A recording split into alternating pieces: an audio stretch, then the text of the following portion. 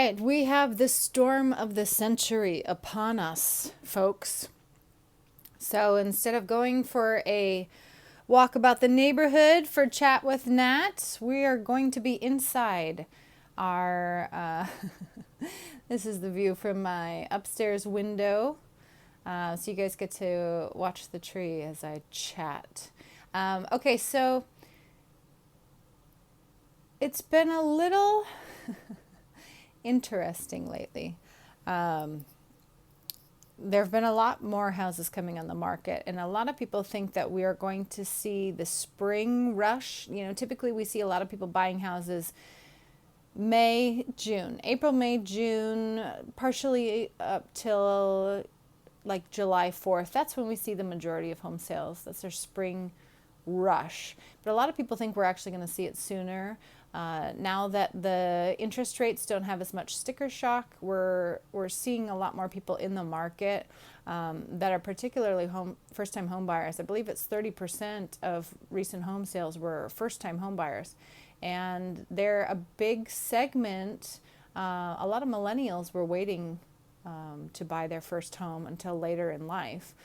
So we see a lot of millennials in the market, but these interest rates don't have as much effect on them, because if you're a first-time home buyer, you don't know what the interest rates were before. I mean, obviously people have, if you've kept up with the news and stuff, you might know, but the majority of these people, it doesn't matter to them.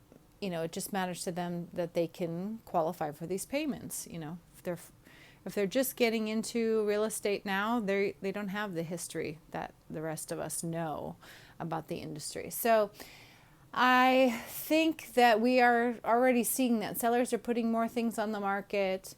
There are more buyers. There's a lot more competition now than there was just a couple months ago when the interest rates started going up. Now that we've seen kind of where they're going to peak, they're starting to plateau a little bit. That being said, buyers obviously still want some sort of a deal, and that can be a little bit tricky in this market. But it is doable. I think that sellers aren't as unrealistic as they've been in the past. But that all being said, this historic storm has me thinking a lot about, you know, emergency preparedness, not just for California, but all over. I hope that people are taking this a little bit more seriously. Obviously, you can see the storm right now doesn't look catastrophic in any way. It's barely drizzling outside. There's some wind occasionally. I'm from Wisconsin originally, so this isn't even weather. This is just normal life. When you look at Wisconsin, the rain that we got today, maybe 30 minutes would have been considered rain in Wisconsin, and the rest of the day would have just been a drizzle if you were a Wisconsinite. But here, of course, it's just so shocking that we're actually having precipitation. So we have had quite a few road closures. There have been evacuations in some areas, and I think that people really need to take seriously what they would do in the event of emergency, or where they would go. Not just from an emergency preparedness situation, but when you're purchasing a house, this is something that should be on your radar. Are you in the valley? You know, are you buying a hillside home that's in a valley? Are you going to have flooding problems? Are you by the beach and your house is dug down deeper so that you could have a third story, because we have height restrictions here? And are you going to have water collecting in your first story or in your garage because you don't have the proper drainage systems? Are you going to buy a house way up in Ojai, this beautiful ranch overlooking everybody, but then you don't have a way to exit your property when there's flooding? A lot of people bought in, you know, some of these lower creek bed type properties, just once in a 500-year storm would make that flood. But we've seen that already in the last couple of months here in California. People's entire properties have been standing for 60, 70 years are just flooded out. Maybe you were only intending to live in the home for a couple of years, so you just kind of bet on the chance that it's not going to happen while you're there. But you really want to take into consideration what would happen in the event of an emergency and what do I do about it. If you're going to buy something in a low-lying area, you need to think about having a stockpile of sandbags. If you are going to purchase up on the hillside, you may want to have an extra four-wheel drive. I had a story today. A gal said that she lives on a ranch property. Both she and her husband have two-wheel drive cars. And when it gets really crazy weather like this, they can't drive the cars. They have to hike basically a half a mile to where they park their cars or whatever it is. It's a big distance. And so they have one ranch vehicle that's four-wheel drive that they literally drive from their house to where they park their cars when we get weather like this. So that's somebody that's thinking, that's prepared. Now, a lot of times that happens just because you've been in the situation already, and then you go from there. It's a learning experience. But if you're purchasing a property for the first time, think about these things. Has this area flooded before? Have these roads been closed before? Just get yourself in the mindset that not every day is going to be sunny, even though the majority of our days here are sunny and we typically don't have weather.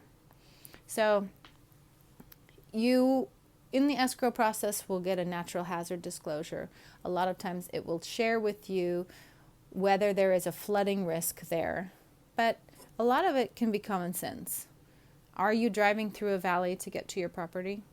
I know my husband and I wanted to look at a property one time, kind of between Carpinteria and Montecito, and we started driving on the directions to get there, and we had to stop the car because a creek literally flowed over the road that was the private driveway to get to the property. So on a day like today, there's absolutely no chance that you're going to be able to cross that river. I'm assuming it's got to be a rushing river at this point. It goes directly over your driveway. That's a situation where if you're young and healthy, sure, you may feel that you would be completely fine. But if you have elderly parents that come to stay with you, if you have small children, let's say your small child is choking, you need 911, you need an ambulance to come to your property. Your parents are visiting, in town, and somebody has a stroke or a heart attack, God forbid. How are they going to get to you? If you're in some of these secluded areas, you're taking a bigger risk than you really that may be necessary for you. So I don't say this to scare anyone. I don't say this to imply fear. I'm not encouraging you to sell your property or buy specifically based on these options. All I'm doing is trying to give you an awareness of things that a lot of people don't think of when they're looking at their dream house. It's got the most beautiful oak flooring, or I love the arched doorways, but also you can't access your property 3 months out of the year, Like, just be realistic when you're going into a home purchase. This is one of the biggest financial decisions of your entire life. And so don't go into it thinking as much about the aesthetics of the home as you are about the practicality of the home. So anyway, those are my thoughts on this rainy, once in a decade, once in a half a century storm. I don't know what they're calling it now. It was a once every 40-year storm, but this doesn't feel like that. I mean, I've seen it snow in LA before, and I haven't lived here that long, so it's doesn't seem like it's that crazy, but we'll call it the biggest storm in the century. So I hope you all are staying safe and dry, and that you don't really have to go out while we're dealing with all this weather.